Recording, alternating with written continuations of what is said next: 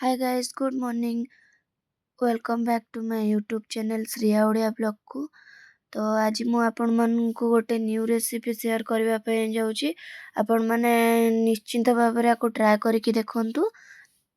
ତ ଫାଷ୍ଟ ଆମେ ଗୋଟେ ଭଣ୍ଡାକୁ କଞ୍ଚା ଭଣ୍ଡା ନେବା, ତାକୁ ଆମେ ଭଲ ଭାବରେ ଚୋପା ଛଡ଼େଇ ନେବା। ତାପରେ ଏମିତି ସ୍ଲାଇସ୍ ଭାବରେ ତାକୁ କାଟି ନେବା। ଦେଖନ୍ତୁ ତା ଭିତର ଅଂଶଟା ବି ମଧ୍ୟ ମୁଁ କାଟି ନେଇଛି। ତାପରେ ଗୋଟେ ଆପଣ ପାଣି ବାଉଲରେ ନେଇକି ତାକୁ ଆପଣଙ୍କ ହିସାବରେ ଛୋଟ ଛୋଟ ପିସ୍ କରିକି କାଟି ନେବେ। ତାପରେ ଆମେ ଗୋଟେ ପ୍ୟାନ୍ରେ ଆମେ ଅମୁଲ ପାଉଡ଼ରକୁ ପକେଇବା। ଅମୁଲ ପାଉଡ଼ର ଟିକେ ଫୁଟି ଆସିଲା ବେଳକୁ ଆମର ଯେଉଁ ଆମେ ଭଣ୍ଡା ପିସ୍ ପିସ୍ କରିକି କାଟିଛି ତାକୁ ମଧ୍ୟ ସେଥିରେ ପକେଇ ନେବା। ଭଣ୍ଡା ପକେଇ ସାରିଲା ପରେ ଆମେ ଅରୁଆ ଚାଉଳକୁ ପକେଇବା। ଅରୁଆ ଚାଉଳ ପକେଇକି ଆପଣ ଟିକେ ଘାଣ୍ଟି ନେବେ ଆଉ ତାକୁ ଟିକେ ଫୁଟିବା ପାଇଁ ଘୋଡ଼େଇ ଦେବେ କିଛି ସମୟ ପାଇଁ। ଫୁଟି ସାରିଲା ପରେ ଦେଖନ୍ତୁ ଏବେ କେମିତି ଆମର ହେଇଯାଇଛି, କାହିଁକିନା ଭଣ୍ଡାଟା ବି ଆମର ମିଶି ଯାଇଛି ଆଉ ଚାଉଳଟା ବି ଫୁଟି ହେଇଯାଇଛି। ସେଥିରେ ଆମେ ମଇଦା କିଛି ଆଡ଼୍ କରିନେବା।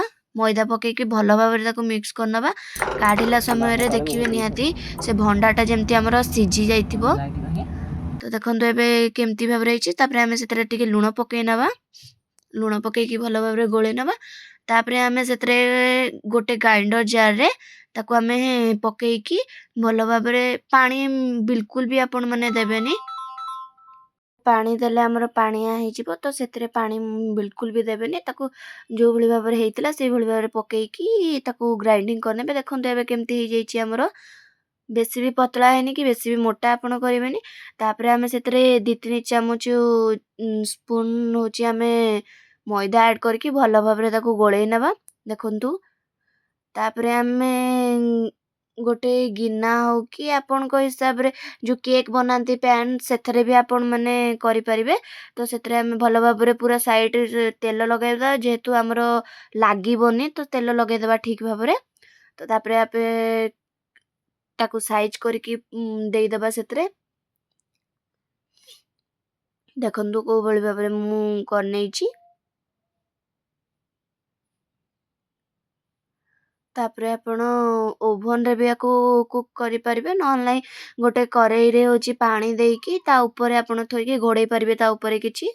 ଦେଖନ୍ତୁ ତା ଷ୍ଟାଣ୍ଡ ମଧ୍ୟ ଥୋଇକି, ଷ୍ଟାଣ୍ଡ ନଥିଲେ ଆପଣମାନେ ଗିନା ମଧ୍ୟ ସେଠି ଥୋଇପାରିବେ। ତାପରେ ଆକୁ ଘୋଡ଼େଇ ଦେବେ ଭଲ ଭାବରେ। ଦେଖନ୍ତୁ ତାପରେ ମୋର ଏଇଟା ହେଇ ଆସିଲାଣି। ଦେଖନ୍ତୁ ହାତରେ ଯେତେବେଳେ ନ ଲାଗିବ ଦେଖିବେ କି ଆମର ହେଇଗଲାଣି। ତାପରେ ଆପଣ ତାକୁ ଗୋଟେ ଥାଳିକି କାଢ଼ି ନେବେ। ତାପରେ ଛୋଟ ଛୋଟ ପିସ୍ କରିକି କାଟି ନେବେ, ପନିର ଯେଉଁଭଳି ଭାବରେ କାଟନ୍ତି।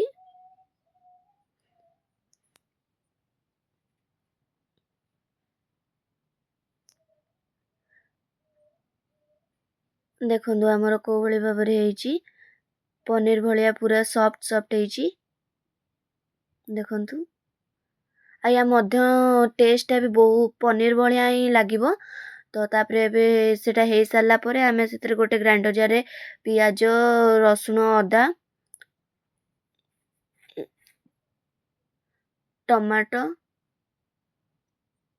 ପକେଇକି ଆମେ ତାକୁ ଗ୍ରାଇଣ୍ଡିଙ୍ଗ କରି ନେବା। ତାପରେ ଦେଖନ୍ତୁ ପେଷ୍ଟ ମଧ୍ୟ ପ୍ରସ୍ତୁତ ହେଇଗଲା।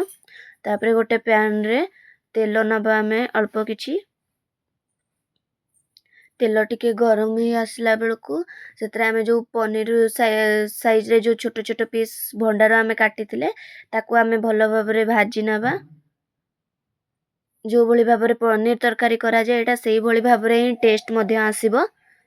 ଦେଖନ୍ତୁ ଆମର ଭଣ୍ଡାରେ ଯେଉଁ ପନିର ପ୍ରସ୍ତୁତ କରାଯାଇଥିଲା ଆମର ଟିକେ ନାଲି ହେଇ ଆସିଲାଣି, ତାକୁ ଆମେ କାଢ଼ିଦେବା। ଦେଖନ୍ତୁ କେଉଁପରି ଭାବରେ ଦେଖାହେଉଛି। ତାପରେ ଗୋଟେ ପ୍ୟାନ୍ରେ ପଞ୍ଚୁଫୁଟଣ, ଶୁଖିଲା ଲଙ୍କା ଆଉ ତେଜପତ୍ର ପକେଇକି ଟିକେ ଭାଜି ନେବା। ତାପରେ ଆମେ ଯେଉଁ ଟମାଟୋ, ପିଆଜ ହେରିକା ପକେଇକି ପ୍ୟୁରି କରିଥିଲେ ତାକୁ ପକେଇବା। ତାପରେ ଲୁଣ, ହଳଦୀ ପକେଇକି ତାକୁ ଭଲ ଭାବରେ ଟିକେ ଘାଣ୍ଟି ନେବା। ତାପରେ ସେଥିରେ ଆମେ ଗୋଲମରିଚ ଗୁଣ୍ଡ, ଜିରା ଧନିଆ ଗୁଣ୍ଡ, ପନିର ମସଲା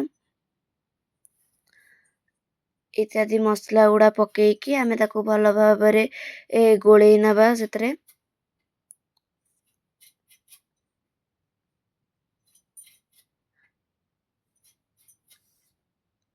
ଆମର ମସଲାଟା କଷି ଆସିଲା ବେଳକୁ ଆମେ ସେଥିରେ ଯେଉଁ ଭଣ୍ଡାରେ ପନିର ପ୍ରସ୍ତୁତ କରିଥିଲେ ତାକୁ ଆମେ ସେଥିରେ ପକେଇକି ତାକୁ ପନିରକୁ ମସଲା ସହିତ ଆମେ ମିଶାଇ ନେବା। ତାପରେ ମିଶାଇ ସାରିଲା ପରେ ଆମେ ସେଥିରେ ଟିକେ ପାଣି ପକେଇବା।